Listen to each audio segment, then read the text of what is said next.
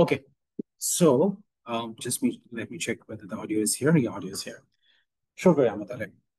So today is the last class for us for project management. You know that 6 তারিখ is holiday, which means that আমাদের exam হবে হচ্ছে scheduled 13 তারিখে, I think. Okay? Again, exam schedule exam হবে. I'm not gonna set anything. So as the last class, আমি one last যে জিনিসটা cover করতে চাচ্ছি. Give me a sec. Just give me a sec.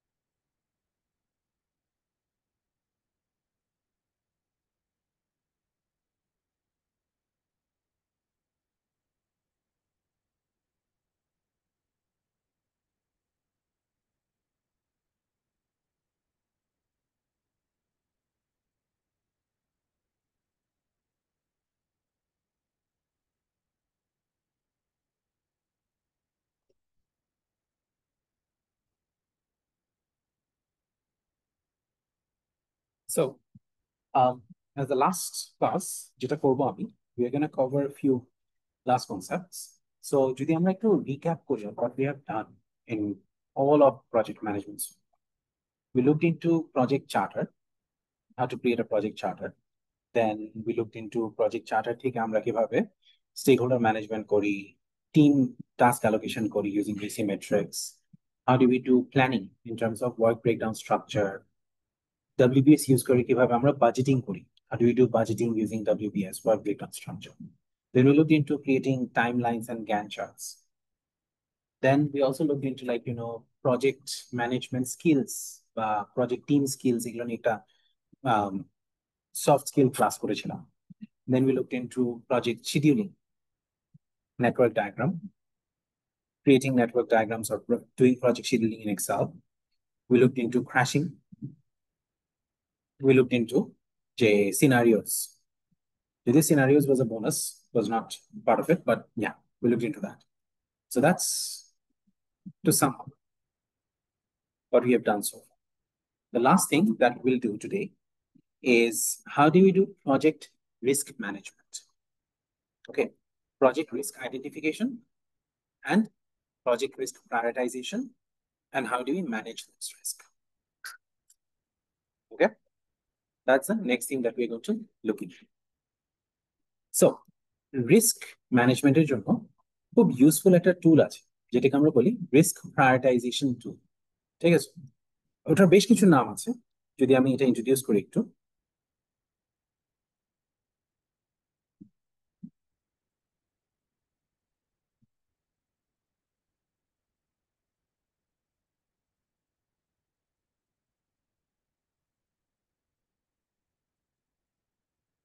So one of the name is risk prioritization tool.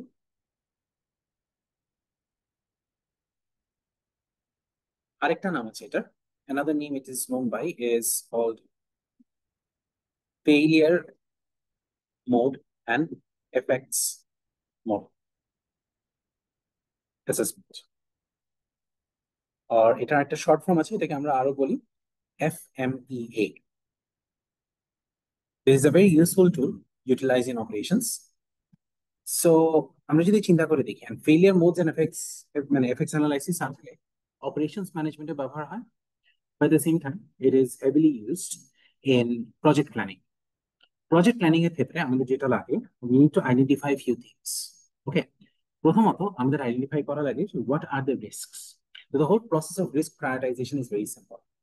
First, we need to identify, মানে যদি আমরা প্রসেসটা বলি, one, we need to identify the risks.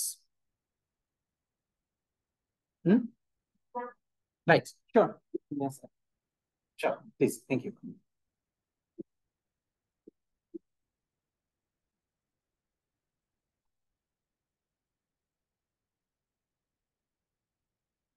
So we need to identify the risks that the project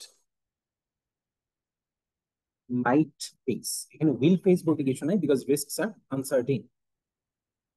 Then the next thing is, when we identify those risks, the second thing is we need to assess. What do we need to assess? Assess দুটো জিনিস। A, যে what's the uncertainty of that risk? Okay, যে জিনিসটা হতে কি, মানে হবে কি হবে না, সেটার লেভেল অফ আনসার্টেনটি কতটুকু, আনসার্টেনটি। অ্যান্ড বি, আনসার্টেনটি, আরেকটা হচ্ছে ইম্প্যাক্ট, জিনিসটা হলে আমার জন্য কতটুকু ইম্প্যাক্টিং হয়। অপারেশনসে যখন আমরা জিনিসটা করি, তখন আমরা আরেকটা জিনিস দেখি, যে ডিটেক্টেবিলিটি, যে জিনিসটা ডিটেক্টেবল কিনা, আগে থেকে আমরা ডিটেক্ট করতে পারি কিনা। কিন্তু প্রজেক্ট রিস্ক গুলো আসলে মানে এমন একটা জিনিস, যেটা নন ডিটেক্টেবল জিনিসগুলোকে আমরা প্রজেক্ট রিস্ক বলি। যেগুলো প্ল্যান করা যায় সেগুলো তো plan, part of project planning. These are black Schwann events, unpredictable events, unplanned events, সেগুলো নিয়ে আমরা কাজ করি। সো এই দুটো জিনিস আমরা অ্যাসেস করতে চাই। And then তিন, we need to calculate a prioritization score. I'll show you how. And finally, prioritization score পর finally হচ্ছে rank the risks in terms of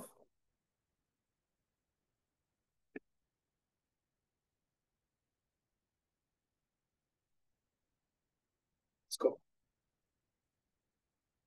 That is, আমরা যে prioritization স্কোরটা পাচ্ছি সেটা was rank করব। ফিফথ একটা স্টেপ আছে, plan on how we can manage that risk.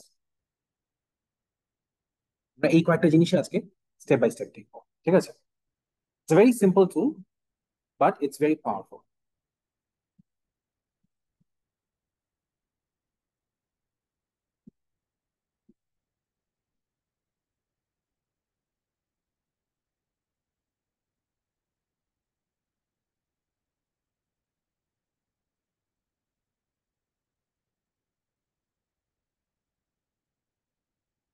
So again, hypothetically চিন্তা না করে আমরা প্র্যাকটিক্যালি চিন্তা করি, একটা এক্সাম্পল দিয়ে চিন্তা করি।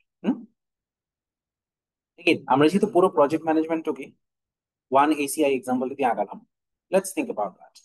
যে one ACI, you guys by now I don't need to explain what is one ACI to you, right? আমরা বারবার ওয়ান এসিআই নিয়ে অনেকবার কাজ করেছি, যে একটা অমনি চ্যানেল এক্সপিরিয়েন্স লঞ্চ করা ফর এসিআই। কি কি কাজ করবো সেখানে, যদি কাজগুলো আমরা মনে রাখি, প্রজেক্টের কাজগুলো ছিল যে একটা ওয়ান এসিআই অ্যাপ বিল্ড করা, অ্যাপটা বিল্ড করা, একটা কনজিউমার ডেটা প্ল্যাটফর্ম ক্রিয়েট করা, এন্ড দেন এমন একটা মডেল ক্রিয়েট করা অ্যাপে, যেটা থ্রুতে একটা কনজিউমার, সে স্বপ্ন, এসিআই, ইয়ামাহা, ওদের এগ্রিকালচার প্রোডাক্টস, ওদের ফার্মাসিউটিক্যাল প্রোডাক্টস একসাথে কেনাকাটা করতে পারবে। সে অনলাইনে কিনতে পারবে, অনলাইনে রিডিং করতে পারবে, স্টোর থেকে পিক আপ করতে পারবে, স্টোরে প্যাক করে রাখতে বলতে পারবে, স্টোরে যেতে পারবে। আবার তার কনজিউমার বিহেভিয়ার বা এগুলো অনুযায়ী সে তার individual specific discounts and sales এই জিনিসগুলো পাবে, right? This was the whole plan. তো এই ধরনের একটা প্ল্যানে কি কি রিস্ক হতে পারে, লেট আস হাইলাইট সাম রিস্কস। বলতে কি রিস্ক হতে পারে তুমি বলো, হোয়াট ডু ইউ থিঙ্ক এই ধরনের একটা প্রজেক্টে কি ধরনের রিস্ক হতে পারে?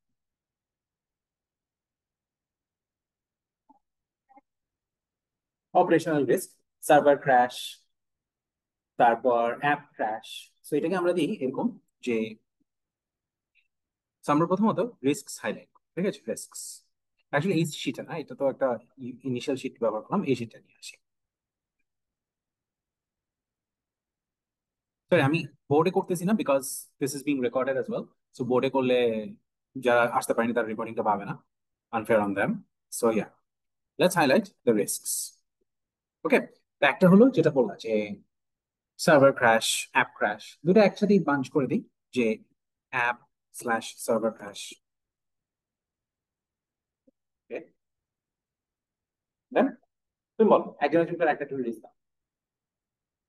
ইয়ে, তুমি বলো, what could be one risk for such a project like ACI on?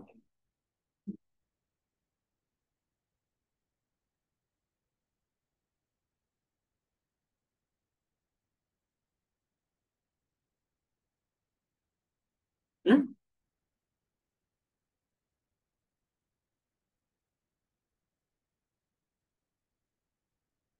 Think there is no right or wrong answer here. Contribute.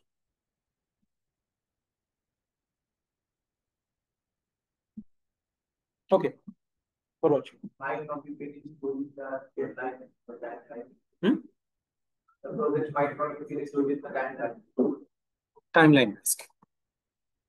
In fact তিনটা রিস্ক সবসময় থাকে: টাইমলাইন রিস্ক, কস্ট রিস্ক, ওই কস্টই বাজেট, আর স্কোপ রিস্ক।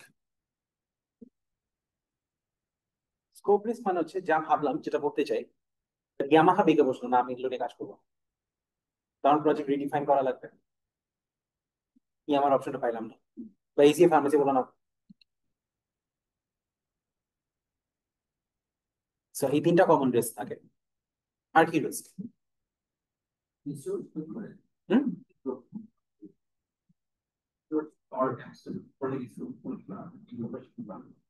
ওকে, HR slash resource risk.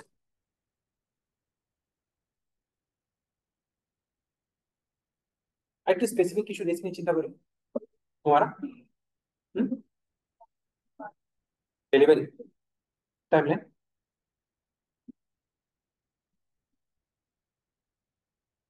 এই প্রজেক্টটা অনেক কিছুর উপর কিন্তু ডিপেন্ড করতেছে, একটু চিন্তা করো।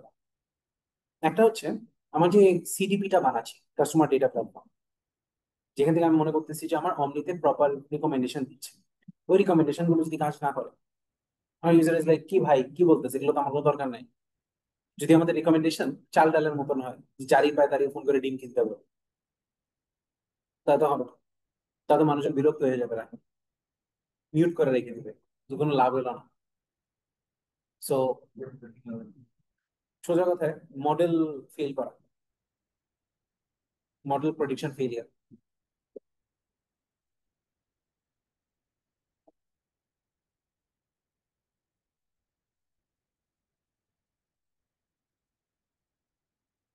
এরপর আরেকটা রিস্ক যদি বলি, খেয়াল কথা, এই প্রজেক্টটা ডিপেন্ড করে মানে কোঅপারেশন বিটুইন স্বপ্ন, ACR delivery network, synergy, right? কারণ কেউ যদি এখানে বেঁকে বসে, সে ফর এক্সাম্পল, এবার চিন্তা করো, মানে প্র্যাকটিক্যালিটি, যে আজকে যে হেড অফ মানে ইয়ে আছে, অমনি আছে, ওনাকে আজকে স্বপ্নের হেড পছন্দ করে, সে তো মনে মনে ওই লোকটা চাকরি চায়, সে সুন্দরভাবে স্বপ্নতে এমন কিছু কাজ করবে যেখানে মানুষজন ঠিকই দেখা যাবে পাচ্ছে না জিনিসপত্র। ইফ ইউ রিমেম্বার, এরপর চাল ডালের মতন আরেকটা কোম্পানি ছিল বাংলাদেশে, something, some fresh or something ছিল, which was a little fancier than চাল ডাল, ওই একই সময় বেরিয়েছিল। কর্নফ্রেশ না, আরেকটা ছিল, ভুলে গেছি, ডেইলি ফ্রেশ মানে। ওরা অনেক ফ্যান্সি প্রোডাক্টস নিয়ে এসেছে, কিন্তু একটা সময় কাজ করে না। করে নাই কেন? যত সব ফ্যান্সি প্রোডাক্ট ছিল ওদের ওয়েবসাইটে থাকুক না কেন, যাই অর্ডার দিতাম তাই ওরা ফোন করে বলতো, সরি বস নাই। এই সরি বস নাই, সরি বস নাই, এক পনেরো শুনতে শুনতে লাইক, দেখাস কেন, why do even show that in website? So এখানে যেটা আছে, internal stakeholder, lack of cooperation. আর ইন্টারনাল স্টেক হোল্ডার, সোজা যদি আরো বাজে ভাষায় বলি, ইন্টারনাল স্টেক হোল্ডার সাবোটাজ।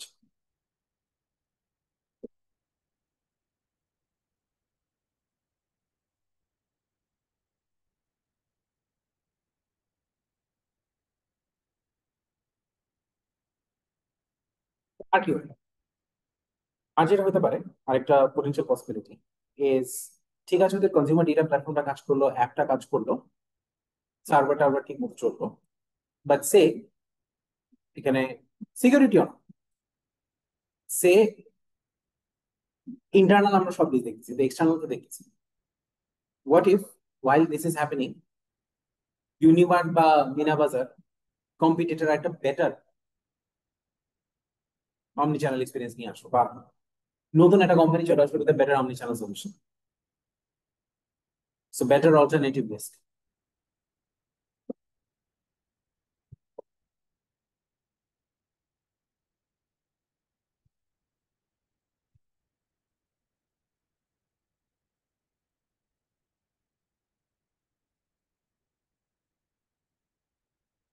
এখন নেক্সট যে কাজটা করবো আমরা, তো ধরো এই 8টা রিস্ক আছে, ঠিক আছে? The next activity is scoring. সোজা স্কোরিং হচ্ছে ইম্প্যাক্ট স্কোরটা। এই ইম্প্যাক্ট স্কোরটা আমরা 1 থেকে 10-এর মধ্যে করবো, ঠিক আছে? We can do it between,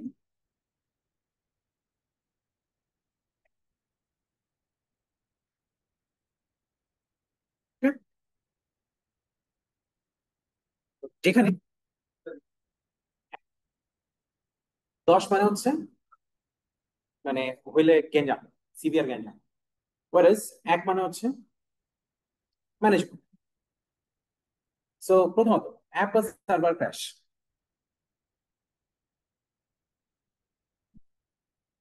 major? Not really. কারণ অ্যাপ বা সার্ভার যদি ক্র্যাশ করে, সি, তুমি যখন ভেন্ডারকে দিয়ে বানাবা বা কিছু, তুমি নিশ্চয়ই ভেন্ডার অ্যাসেস করেই বানাবা, তুমি নিশ্চয়ই তার কেপাবিলিটিস নিয়ে বানাবা, নিশ্চয়ই তোমার একটা আইডিয়া থাকবে যে, মানে আমি ধরে নিচ্ছি যে the management is handling the vendor is capable management. Capable management হলে অ্যাপ বা সার্ভার ডাউন হলে তার ব্যাকআপ প্ল্যান্স থাকবে।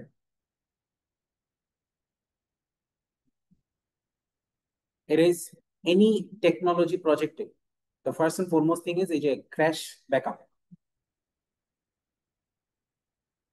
Now every time there is a crash, all data will be lost. There is always a backup. So কিছুক্ষণের জন্য down থাকতে পারে, but পড়ে যাবে না। সো ইন দ্যাট অপিনিয়ন আমি এখানে 3-এর বেশি দিব না এই রিস্কটা। Minor risk, minor impact.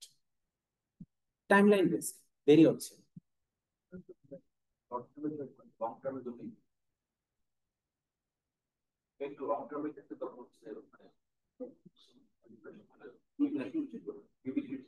হুম,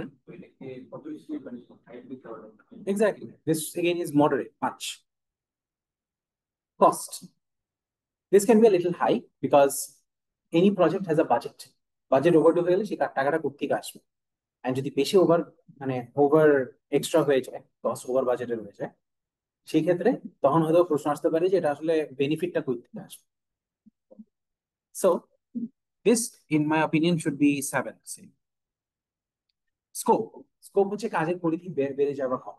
এটা আসলে যদি আমরা কোম্পানির ক্ষেত্রে চিন্তা করি অত রিস্কি না। কেন? কারণ এটা যদি হয়েও যায়, আমি জাস্ট কনজিউমারকে ওইভাবে অ্যাপ্রোচ করবো, আমার মার্কেটিংটা ওইভাবে হবে, এটা কিন্তু ম্যানেজেবল। যদি আমি ধরি যে ইয়ামাহা আমার সাথে কাজ করবে না, এসিআই ফার্ম আমার সাথে কাজ করবে না, তো আমি তখন আমার প্রোডাক্টকে ওইভাবেই রিপ্যাকেজ করবো। So this heavily manageable. Resource risk is also manageable because in a country like Bangladesh আসলে রিসোর্সের কমতি নাই, টু বি অনেস্ট। ইউনিক রিসোর্সের কমতি আছে, বাট টেক রিসোর্সের কমতি সেরকম নাই, এটা আমি 4-5-এর বেশি দিব না। This is problematic. যে প্রোডাক্টটা লঞ্চ করলাম, প্রোডাক্ট আমার কনজিউমারকে যে সার্ভিস দিল সেই সার্ভিসটাই মিললই না, কাজেই দিল না কনজিউমার, সেই ক্ষেত্রে এত খরচ, এত এফোর্ট সব মাঠে মারা যাবে। This I will mark as 9। Stakeholder sabotage, এটাও ভেরি হাই, 8 বা 9। বেটার অল্টারনেটিভ,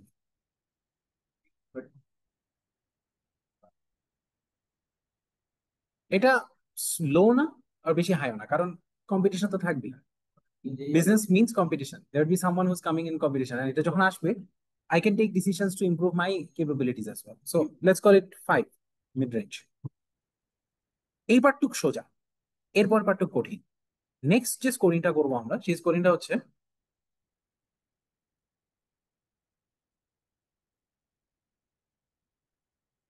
আনসার্টিন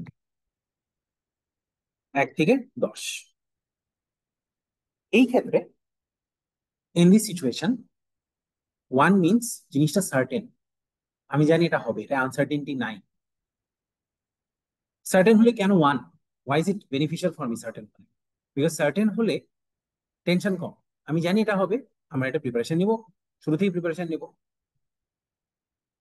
প্রবলেমটা হচ্ছে যখন এটা হাই স্কোর 9 বা 10, মানে কি, মানে আমি জানি না যে এটা কি হবে কি হবে না। এই অন্ধকারে থাকলে আমি কিভাবে প্রিপারেশন নিই? সো অ্যাপ সার্ভার ক্র্যাশ আসলে একটু হবেই, মানে if it's a tech product, crash করবেই করবে। এই কন্ট্রাক্ট, আইটি কন্ট্রাক্টেই বলে দেওয়া থাকে যে ক্র্যাশ করলে কি করতে হবে, সার্টেন। দেখো এখানে স্কোরটার কাহিনীটা হচ্ছে, তোমরা যদি একটু বুঝো, lower score is good for me, higher score is bad for me. Impact চিন্তা করে দেখো, লো ইম্প্যাক্ট মানে কি আমার জন্য প্যারাদায়ক না, হাই স্কোর মানে কি আমার জন্য প্যারাদায়ক, প্রবলেমেটিক। Same with uncertainty.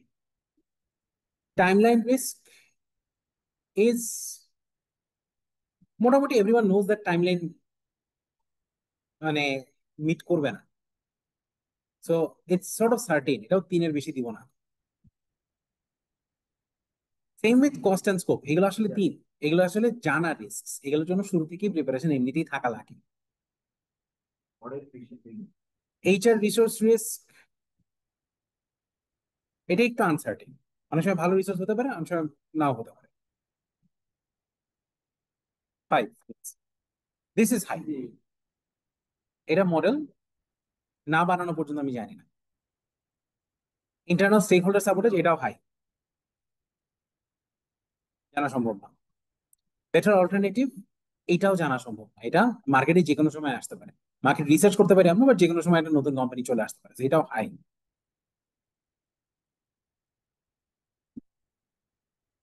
এখন এই যে নাম্বারগুলো ক্রিয়েট করলাম, তাহলে আমার প্রশ্ন হচ্ছে, এই যত রিস্ক আছে, এই কয়টা রিস্ক আছে, সবগুলো রিস্ক কি আমি সেম ভাবে ডিল করবো? should I have the same priority, should I have the same approach, সবাইকে কি সেম পাত্তা দিব? তো এই পাত্তাটা কিভাবে বের করবো? এটা একটা সিম্পল ক্যালকুলেশন করি আমরা, খুব সিম্পল একটা ক্যালকুলেশন, এটাকে বলে আরপিএন। আরপিএন এর ফুল ফর্ম হচ্ছে risk prioritisation number, RPN. Calculation খুব simple, this number multiplied by this number, impact multiplied by uncertainty.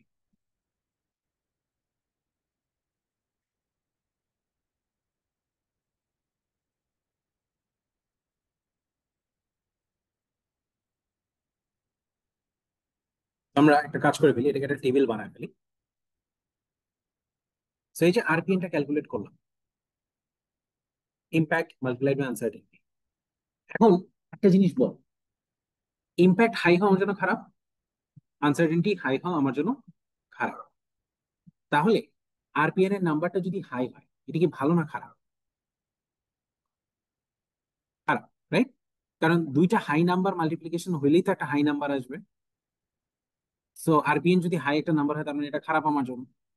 হুম, তাহলে আমরা একটা জিনিস করে এটাকে ডিসেন্ডিং অর্ডারে সাজাই।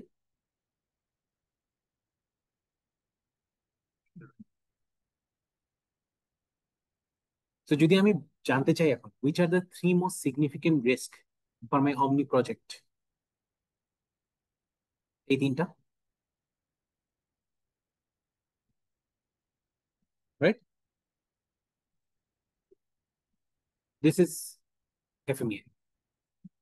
দ্য হোল এক্সারসাইজ অফ এফএমইএর পার্সপেক্টিভটাই হচ্ছে যে টিম মিলে বসে চিন্তা করা যে আমাদের এই প্রজেক্টের জন্য কি কি রিস্ক থাকতে পারে, এন্ড যে রিস্ক গুলো থাকতে পারে, সেই রিস্ক গুলোর হলে what's the impact of that risk, আর রিস্কের আনসার্টেনটিটা কত, এই জিনিসটা হওয়ার আনসার্টেনটিটা কত, সেটা অনুযায়ী আমরা একটা সিম্পল ক্যালকুলেশন করি, যেটাকে বলি রিস্ক প্রায়োরিটাইজেশন নাম্বার, আরপিএন, যেটা দ্বারা আমরা শর্ট লিস্ট করি। যে এই রিস্ক গুলো আর my most pressing risks. In fact তোমরা একটা জিনিস খেয়াল করে দেখো, যদি নাম্বার মাল্টিপ্লিকেশন নাম্বারে দেখো, এই দুইটা is right up there, top two risks, 63, 64। তারপর কিন্তু 35, which is ওকে, 21, 10, 15, 9, 6। যদি আমি বলি যে কোন দুইটা এই প্রজেক্টের জন্য, যদি কোন রিস্ক গুলো significant risk, it's this two.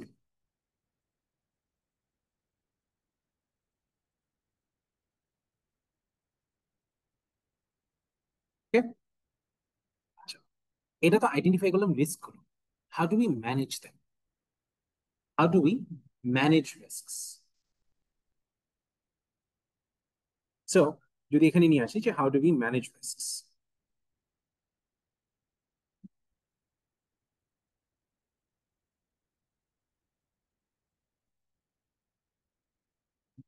Technically we manage risks in few approaches. প্রথম অ্যাপ্রোচটা হচ্ছে ট্রান্সফার।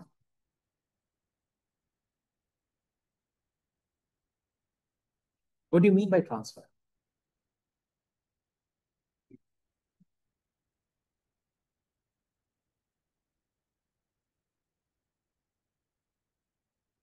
সিম্পলি পুট, যদি আমি দেখি যে হোয়াট ইজ অ্যাট রিস্ক, এই রিস্কটাকে নিজের ঘাড়ে না নিয়ে অন্য কাউকে ট্রান্সফার করে দেওয়া যায় কিনা। প্রজেক্টে এই জিনিসটা একটু ডিফিকাল্ট।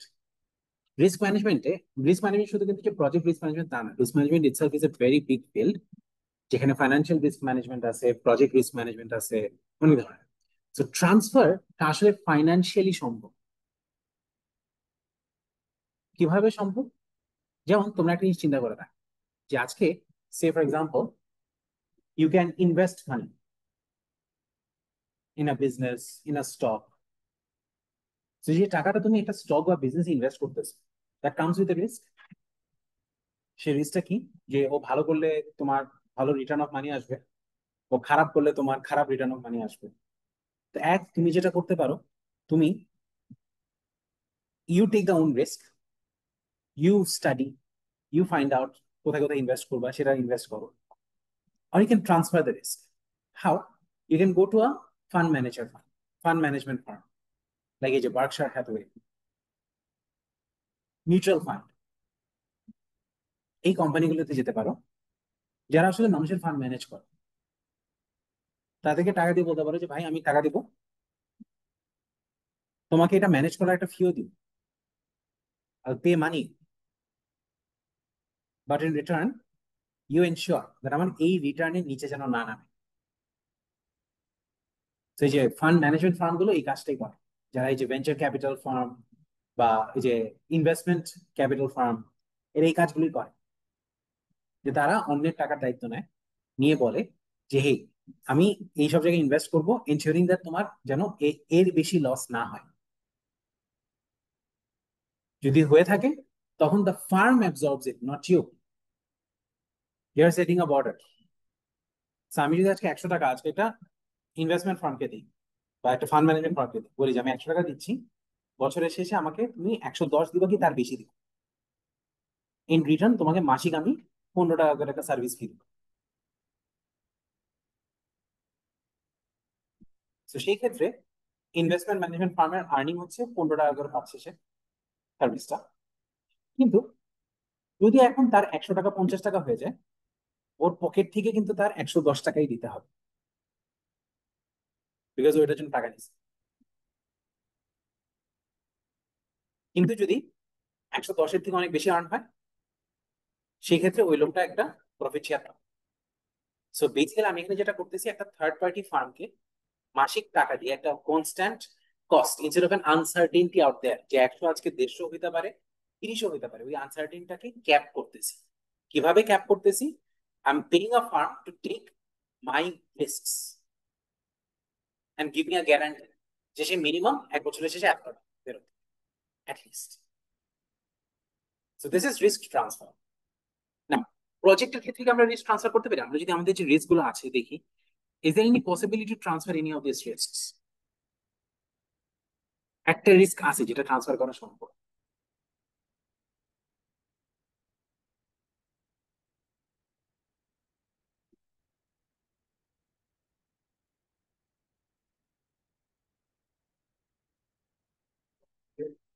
না, এইচআর রিস্ক। রিসোর্স যদি আমি ভালো না পাই, দেখো এখানে রিসোর্স মানে কিছু রিসোর্স, সব এইচআর রিস্ক না, সাম রিসোর্স। আমার এখানে অমনির জন্য কি ধরনের রিসোর্স লাগবে? আমার সিনিয়র লেভেল ম্যানেজমেন্ট লাগবে, ওগুলো তো লাগবে। লিডারশিপ লাগবে, বিজনেস অ্যানালিস্ট লাগবে, প্রজেক্ট ম্যানেজার লাগবে, কিন্তু অনেক ডেভেলপার লাগবে। Developer, data engineer. তো এই ডেভেলপার অ্যান্ড ডেটা ইঞ্জিনিয়ার আমি কেন রিস্ক নিব? আমি রাদার ব্রেইন স্টেশন, সেলিস, অ্যাপসিস, এদেরকে যা বলতে পারি যে তোরা কন্ট্রাকচুয়ালস দে, you give me contractuals, I pay you money for giving me contractuals. I don't like it, ওরে ফালাই দিয়ে নেক্সট আরেকজনকে নিবি। You ensure my contractuals, register transfer হয়ে গেল, আমার প্যারা নাই। আমি বলে দিলাম এই রিসোর্স লাগবে, আমার এই কয়টা রিসোর্স লাগবে। আজকে একজন যদি চলেও যায়, আমার প্যারা নাই, কারণ আমার contract is with Brain Station. ওর দায়িত্ব আমার আরেকজন দেওয়ার জন্য। একজন যদি খারাপ করে, আমি ওকে বলবো এখনই ফালাইতে আরেকজনকে দাও, আমি ওইভাবেই একটা এগ্রিমেন্ট করবো। সেই এগ্রিমেন্টের জন্য ব্রেইন স্টেশনকে একটা প্রিমিয়ামও দেওয়া হবে। তো এইভাবে ট্রান্সফার করা যেতে পারে। So one way of handling risk is transfer. Then আরেকটা হচ্ছে কন্ট্রাকচুয়াল অব্লিগেশন।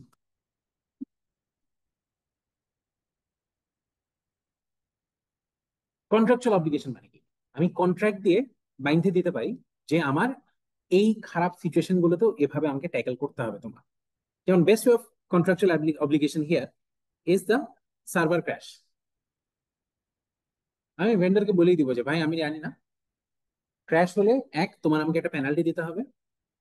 দুই, তোমার ইনশিওর করতে হবে ক্র্যাশ হলে ক্র্যাশ হওয়ার আগের 1 সেকেন্ড পর্যন্ত পুরো ডেটা যেন ব্যাকড আপ থাকে। একটা ব্যাকআপ সিস্টেম রাখতে হবে, যে ব্যাকআপ সিস্টেমে তোমার এটা চালাতে হবে।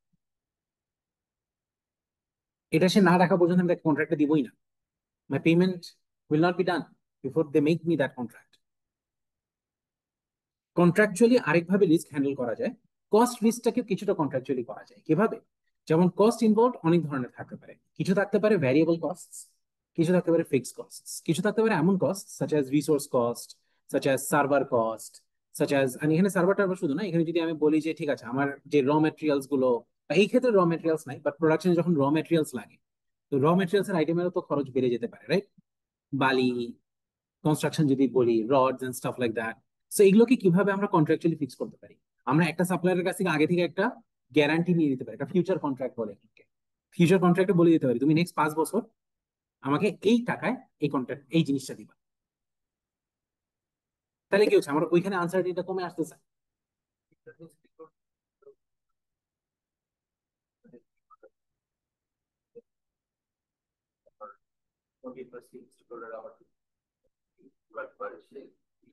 ছেড়ে দিতে পারে, কিন্তু এখানে ইন্টারনাল স্টেক হোল্ডার সাপোর্টার যার কথা বলতেছি, যে তো ছোটখাটো প্লেয়ার না, সে হচ্ছে একটা সিইও অফ উইং, ওরে কন্ট্রাক্টে ফালানো যাবে। That person will not listen to our contract. So contractual risk মানে হচ্ছে কন্ট্রাক্টে একটা ব্যাকআপ সেট করে দেয়া, সো দ্যাট এটা হলে তোমাকে আমার এটা দিতাম, এটা না দিতে পারলে penalty. Okay, so that's another way of risk management, contractual obligation. আরেকটা টাইপ অফ রিস্ক ম্যানেজমেন্ট আছে যেটাকে আমরা বলি insurance risk. Insurance management, insurance করে রিস্ক ইনশিওর করা। ইনশিওর মানে কি, কোনো কিছু ক্ষতি হয়ে গেলে সেটার একটা রিটার্ন আমি পাবো। Now insurance again is, sorry insurance, insurance, insurance again is not very project specific. Project insurance করার কিছু থাকে না। Insurance risk is also a financial form of risk management. So we can skip that. Yes.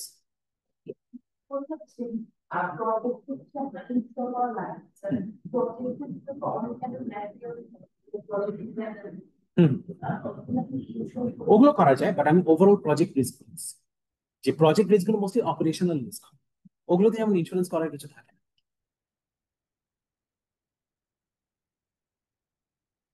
যদি না, your right actually, যদি না এরকম project থাকে যেখানে হয়তো বা কারো কাছে সাপ্লাই আনা লাগে, I can insure that supply. আমি বলতে পারি যে আমাকে আইদার সাপ্লাই, মানে এই সময়ের মধ্যে সাপ্লাইটা আসতে হবে, যদি না আসে তাহলে একটা সার্টেন অ্যামাউন্ট অফ চার্জ দিতে হবে, আর এটার দায়িত্ব একটা কোম্পানি নিতে হবে, থার্ড পার্টির দায়িত্ব নিতে হবে।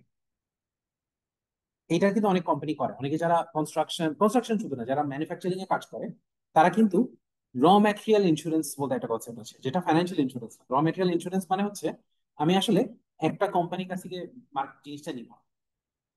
আমি আসলে একটা, যেটাকে বলে যে কি বলে এটাকে, কংগ্লোমারেট না, সরি, একটা জয়েন্ট সোসাইটি বা মানে name for, sorry,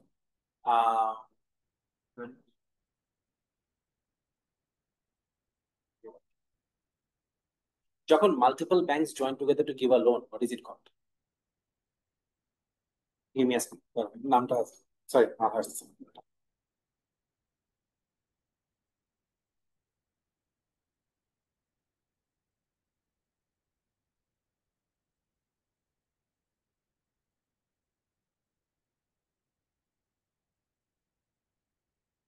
syndicate. Syndicate. Instead of taking your supply item from a single supplier, you take it from a syndicate of suppliers. যেখানে যে সিন্ডিকেটটা ফর্ম করবে, সিন্ডিকেটের দায়িত্ব যে তুমি আমাকে সাপ্লাইটা দিবে। কিভাবে দিবা আমি জানি না, দিবা। কিন্তু তোমার সিন্ডিকেটের কাছে আসতে দেখে আমি একটা এক্সট্রা ইন্স্যুরেন্স পেমেন্ট তোমাকে দিই। You are going to insure my supply, so that আমার ওই রিস্কটা ম্যানেজ হয়ে যাচ্ছে। See, this is one thing you need to understand, very important হচ্ছে। ফার্স্ট কোয়েশ্চেন, খুব simple question, can risk be eliminated? Can you eliminate risk? Actually না। কারণ কি? কারণ হচ্ছে we live in a world where everything is uncertain. So risk can never be eliminated. You'll never get certainty. Never. What can you do is you can form contractual terms, contracts, insurances, transfers to ensure that you are not impacted by that. So basically, actually, sorry, I'll repeat what I said. Risk can be eliminated, uncertainty can't be eliminated. There is a, sorry, এটা একটা খুব মানে এটা আসলে philosophical একটা discussion যে what is the difference between risk and uncertainty. সেটা খুব মজার একটা ডেফিনেশন। এটা আসলে মানে it's not establish, so it's a কি বলে point of view of people, ঠিক আছে?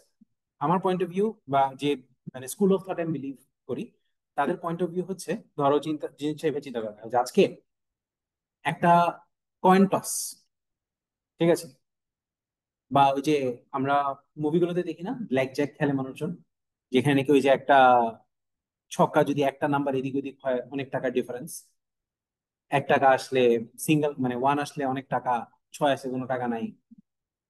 এখন মনে করো যে এরকম একটা ব্ল্যাক জ্যাক ডাইস সুন্দরবনের মাঝখানে একটা গাছের উপর উঠে আছে, এন্ড গাছ থেকে পড়লো। Do you know for certain what the face will be? না। So the uncertainty is there. Is it risky? No, because এটার আউটকামটা কিছু ম্যাটার করে।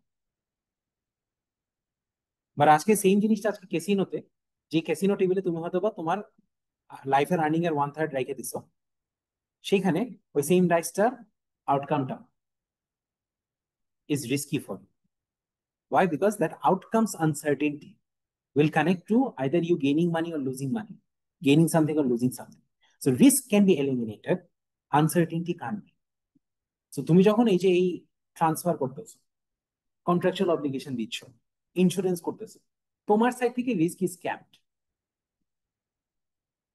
Right? You have eliminated risk from your side, but it's not gone. That uncertainty is still there.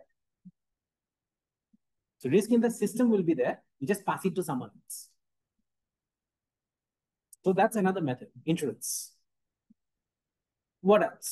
What can we do with risk? The last option, actually last না আরো কয়েকটা আছে। একটা হচ্ছে অ্যাক্টিভ ট্র্যাকিং।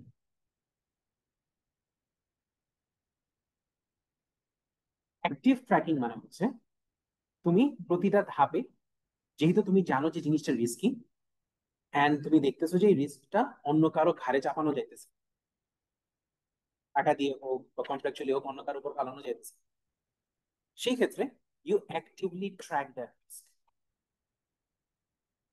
অ্যাক্টিভলি ট্র্যাক করলে কি হয় যে তোমার আনসার্টেনটিটা কিছুটা ম্যানেজ হয়, তুমি জানবা আগে থেকে। ইউ And active tracking মানে যে শুধু ট্র্যাক করা তা না, you also set up systems through which you understand জিনিসটা খারাপের দিকে যাচ্ছে কিনা। সেটা খুব সিম্পল এক্সাম্পল দিই। এই ক্ষেত্রে মডেল প্রেডিকশন ফেলিয়ার, এইটা এমন একটা জিনিস, এটা আসলে কারণে না ট্রান্সফার করা যাবে, এটা এগেন্সে কোনো ইন্স্যুরেন্স নেওয়া যাবে, কিছুই করা যাবে, বিকজ এটা আমার model, that's my main product, যে একটা অমনি চ্যানেল মডেল নামাতে পারি কিনা। And এটা risk is one of the topmost risks. Then how do we handle this? We actively track it. How do we actively track it? আমরা দেখতে থাকি, বা আমরা কিছু গার্ড রেইলস বলি, ঠিক আছে, guard rail, we create some guard rails. কিরকম গার্ড রেল? আচ্ছা, এই মডেলটা যে প্রেডিক্ট করবে, তাহলে মডেলটা হয়তো বা শুরুতেই কিছু ডেটা বা কিছু স্যাম্পল ডেটা নিয়ে একবার একটু ট্রাই করে দেখেছি কি প্রেডিকশন আসে।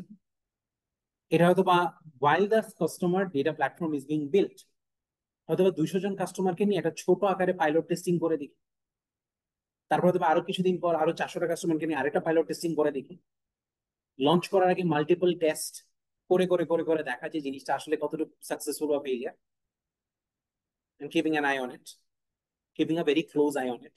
বেশ কিছু রিস্ক আছে যেটা আসলে ম্যানেজ করা যায় না, যেটা থাকবেই, you just have to keep a very close eye on it, যেন রিস্কটা বড় হয়ে না আসে। ক্লোজ আই না হলে, যদি আমি এটা জানতাম না যে মডেল ফেল করলো কি করলো না, অ্যাপটা লঞ্চ করার 10 মাস পর দেখলাম যে ভাই মাত্র 5 জন মানুষ অ্যাপটা ইউজ করতেছে আর কেউ ইউজ করতেছে না, that's gonna bite me back. এর থেকে রাদার প্রতি রাউন্ডে মডেলটা চেক করা, প্রতি রাউন্ডে মডেলটা আপডেট করা, that's another thing that we can do. Finally, there is another way of handling risk.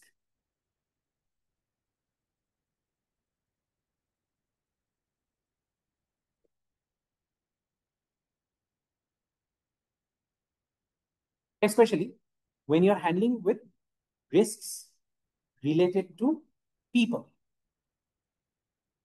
decisions related to people, যে মানুষজনের ডিসিশনের যে রিস্কটা, এটা আরেকটা টার্ম আছে, Humaira, you would know that term, আমরা যে কোম্পানিতে কাজ করি সেই কোম্পানির একটা টার্ম, বলো তো কি? আমাদেরকে উঠতে বসতে বলা হয় অ্যালাইনমেন্ট। সো যখন the risk is related to someone's decision, someone's choice, someone who's going to agree with you or disagree with you, someone who can choose to screw you or sabotage you, then you need the approach of strategic alliance. What is a strategic alliance? Strategic alliance মানে খুব fancy একটা term, যদি সোজা ভাষায় বলি, is a conversation of ভাই, I know that you don't like me, but দেখো এটা করলে তোমারও লাভ আছে আমারও লাভ আছে, তোমার কি লাভ আছে আমার কি লাভ আছে, চলো দুজন মিলে একসাথে লাভটা বেনিফিট, এরকম একটা conversation. So the first one, this one, is a strategic alliance. যে ইন্টারনাল স্টেক হোল্ডার যারা আছে তাদেরকেও ইনসেন্টিভটা বোঝানো, যে look, you be part of this project, let us succeed together, if you succeed we succeed, তোর sell বাড়বে, তোর sell বাড়লে তোর ইয়ে বাড়বে, ইনসেন্টিভস বাড়বে, you get better profitability, better growth, I get to win in this project, ওই কনভারসেশনটা করা। এখানে আসলে the approach to strategic alignment is very simple, understanding যে what's in it for them, what's in it for you, and putting it up there, this is it for me, this is it for you, incentive দেখানো। The moment you show that incentive, and if that incentive is good enough, প্রোপটা যদি ভালো থাকে, then you will get that alignment.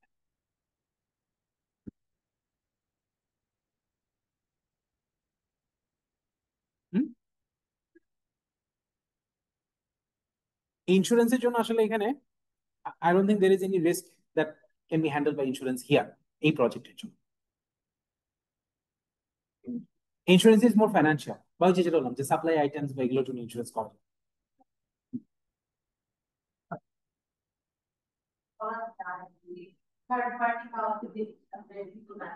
Yeah,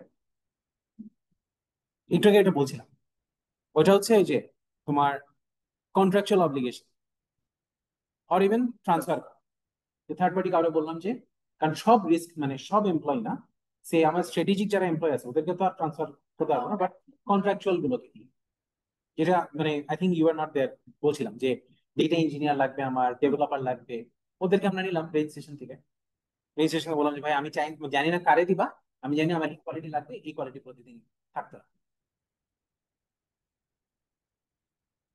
so the whole process of risk management যদি বলি again is this thing, যে শুরু করতে হবে আমার আগে আইডেন্টিফাই করতে হবে যে আসলে আমার প্রজেক্ট কি কি রিস্ক থাকতে পারে। এন্ড এই লিস্টটা আসলে যত বড় হয় তত ভালো। মানে বড় হয় ভালো মানে জাস্ট বড় করার জন্য করবা না, but যত বড় হয় মানে হচ্ছে তত থরলি চিন্তা করা। সো সরি, এটা বলাটা একটু সাবধানে বলা উচিত, কারণ ওয়ান্স আপন আ টাইম আমার একটা টিম, টিকটকের একটা টিমকে ওদেরকে বলছিলাম you know what, think of all the risks. So one of my subordinates ফাজিল, ও ইভেন এলিয়েন অ্যাবডাকশন, তারপর অ্যাপোক্যালিপস, জম্বি অ্যাপোক্যালিপস ওগুলো তুলে দিয়েছিল রিস্কে আর কি। So let's not do that, but তো মানে একটা এক্সস্টিভ লিস্ট যে আসলে কত ধরনের রিস্ক থাকতে পারে প্রজেক্টে। দেন নেক্সট হচ্ছে এই দুইটা জিনিস অ্যাসেস করা, যে what's the level of uncertainty involve in this risk and what's the level of impact involve in this risk, যেটা আমরা এখানে করলাম। যে রিস্ক গুলো হাইলাইট করেছি, করে ইম্প্যাক্ট লিস্ট করছি যে 1 থেকে 10-এর মধ্যে, যেখানে কি 10 মানে হাই ইম্প্যাক্ট, 1 মানে ভেরি লো ইম্প্যাক্ট। আবার 1 থেকে 10-এর মধ্যে আনসার্টেনটি র্যাঙ্ক করছি, যেখানে 10 মানে হচ্ছে হেভিলি আনসার্টেন, 1 মানে হচ্ছে মোটামুটি সার্টেন। এই কাজটা করতে পারলে দেন যে কাজটা আমরা করতে পারি সেটা হচ্ছে একটা risk prioritization score. What is a risk prioritization score? সেই risk prioritization score is basically এই দুইটা নাম্বারের মাল্টিপ্লিকেশন। মাল্টিপ্লিকেশন কেন করি আমরা? কারণ দুইটা হাই নাম্বারের মাল্টিপ্লিকেশন একটা হাই নাম্বার আসবে, and the highest the RPM, সেই রিস্কটা তত harmful for me, problematic for me.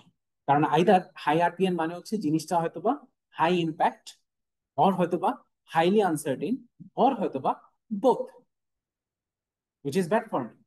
So এটা দিয়ে আমরা একটা প্রায়োরিটাইজেশন করব, প্রায়োরিটাইজেশন স্কোর করব। Then we rank the risks based on the prioritization score. যে প্রায়োরিটাইজেশন যে স্কোর গুলো আছে সেটা ওয়াইজ আমরা র্যাঙ্ক করবো রিস্কটাকে। And then finally we plan on how we can manage that risk.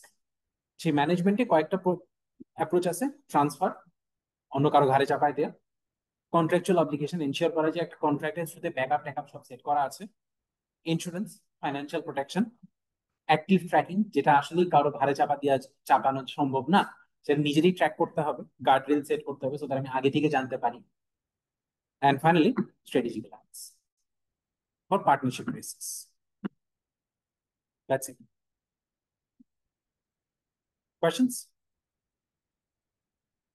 Okay, that sort of concludes our class. Today was a very short one. Now let me actually discuss. তোদের তো second প্রজেক্টটা পেয়ে গেছো, right? And you got the recording, right? তোদের আমি একটা recording পাঠাবো, but একটু টাইম লাগবে। But I found a very interesting software. সফটওয়্যারটা তোমরা চাইলে নিতে পারো, নামটা বলি দাও। It's a very very good one. So I'll show you how to use that. It's a free version for 1 month. তারপর পয়সা দিতে হয়, বাট যে কয়েকদিন ফ্রি থাকে ব্যবহার করলে অসুবিধা নেই। সো সফটওয়্যারের নামটা হচ্ছে, এটা এখানে নাই, অফিসিয়াল ল্যাপটপ তো I don't have it here.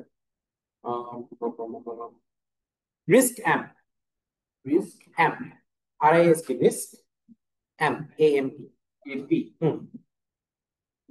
Amplifier বলে না, বলবো amp, RISK, risk amp. Risk amp is a software that lets you do Monte Carlo simulation. Monte Carlo simulationটা কি? যে ওই যে আমরা যখন আমাদের ডিউরেশন গুলো দেখলাম in the project scheduling, so instead of fixed duration of 10 days, 12 days, 5 days, আমরা ডিস্ট্রিবিউশন দিতে পারি, যে মিনিমাম 5 দিনে হতে পারে, মোস্ট লাইকলি 8 দিনে হতে পারে, ম্যাক্সিমাম 12 দিনে হতে পারে। এরকম ভাবে ডিস্ট্রিবিউশন গুলো ক্রিয়েট করে দিলে ও আমাকে একটা সুন্দর হিস্টোগ্রাম ক্রিয়েট করে দেবে, যেখানে বলা থাকবে যে প্রজেক্টটা আসলে অন অ্যাভারেজ কবে শেষ হতে পারে, অ্যান্ড প্রত্যেকটা ডিউরেশনের একটা সুন্দর হিস্টোগ্রাম। তাহলে আমরা বলতে পারবো যে প্রজেক্টটা 130 দিনে শেষ করার বা তার আগে শেষ করার চান্স কতটুকু, 140 দিন ক্রস করে গেলে তার চান্স কতটুকু, মোস্ট লাইকলি কোন দিনে শেষ হবে, আনসার্টেনটা মডেল করতে। It's beautiful.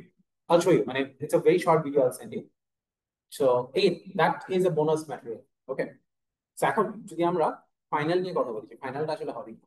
কারণ মিড টার্মের পর আমরা টেকনিক্যালি সেরকম থিওরিটিক্যাল কিছু করে নেই, মোস্টলি প্র্যাকটিক্যাল জিনিস করছি। Now, honestly, I really don't want to test you on network diagram. কেন? কারণ এই জিনিসগুলো হাতে কলমে কেউ করে, software do it for you. ওটা নিয়ে টেস্ট করার আমার ইচ্ছা নাই। ক্রাশিং ট্যাশিং ওগুলো বসে বসে অঙ্ক সলভ করবো, ওটাও দরকার নেই, ওটা প্রজেক্টে হচ্ছে। Then the question is what do I test here? So I think the test is going to be again very simply দুইটা জিনিস নিয়ে। I'm going to bring in something from previous year syllabus, midterm syllabus, and I'm going to present something from this syllabus. কারণ midterm কিসের উপর ছিল? Midterm I think we finished with budget পর্যন্ত গেছিলাম, work breakdown structure, গ্যাঞ্জা পর্যন্ত গেছি। Did we do work breakdown structure? Yes. I'll do, like, in the final one, I'll ask you to do a work breakdown structure of a project. Create a test করিনি আমরা, so we'll test that. And then the other thing is risk management. I do this one. So I will highlight, say, একটা প্রজেক্টের জন্য এরকম 5-10টা risk and give you enough information so that you can score on uncertainty and impact. করে আমাকে suggest করবো that how do you manage the top 2 risks. That's it. Final actually মানে straight forward because আসলে ফাইনালের সিলেবাসটা mostly hands on ছিল। I'm more interested in testing your second assignment. ওটা তো আমরা অ্যাসাইনমেন্ট করার কারণে অলরেডি এক্স্যাক্টলি, সো এটা আমি জন্য রিভিউ করব, মানে রিপিট করব, জাস্ট ওয়ার্ড ব্রেকডাউন স্ট্রাকচার বানাবো।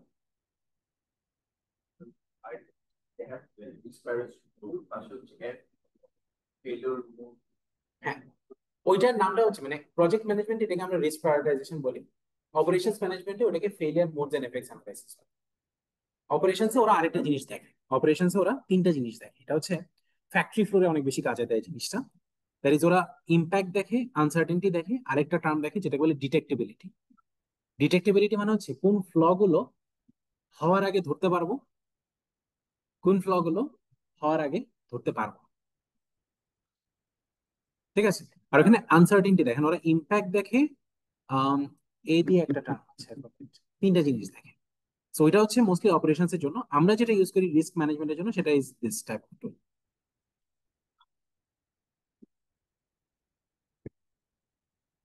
ইটস ওকে, রিসোর্স ম্যানেজমেন্ট রেসিওটা দরকার আজকে। ওকে, ফাইনাল নিয়ে আমি তোমাদেরকে যেটা বলবো, frankly don't worry too much.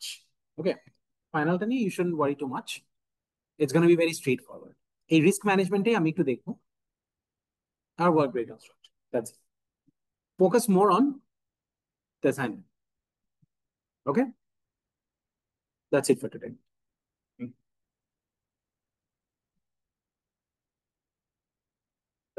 Final এক্সামটা 7টা থেকে শুরু করেছে। Yeah.